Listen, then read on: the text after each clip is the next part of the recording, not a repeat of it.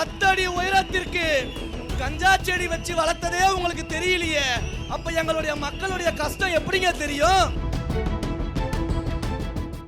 எல்லா ஊர்லயும் விவசாயத்துக்கு நெல் விளையும், காய்கறி விளையும். இந்த ஊர்ல எல்லாம் தெரியும் சொல்லக்கூடிய சட்டமன்ற உறுப்பினர் அவர்களுக்கு ஒண்ணு தெரியல பாருங்க.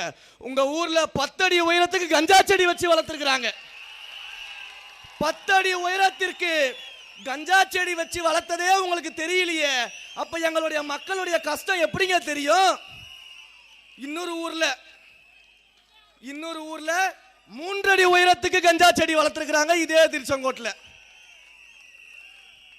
இது எதுவுமே தெரியாத நீங்க எங்களுடைய அருண்ராஜ் ஐஆர்எஸ் அவர்கள் மக்களுக்காக கேள்வி எழுப்பினார்னா அவருக்கு எப்படி தெரியும்?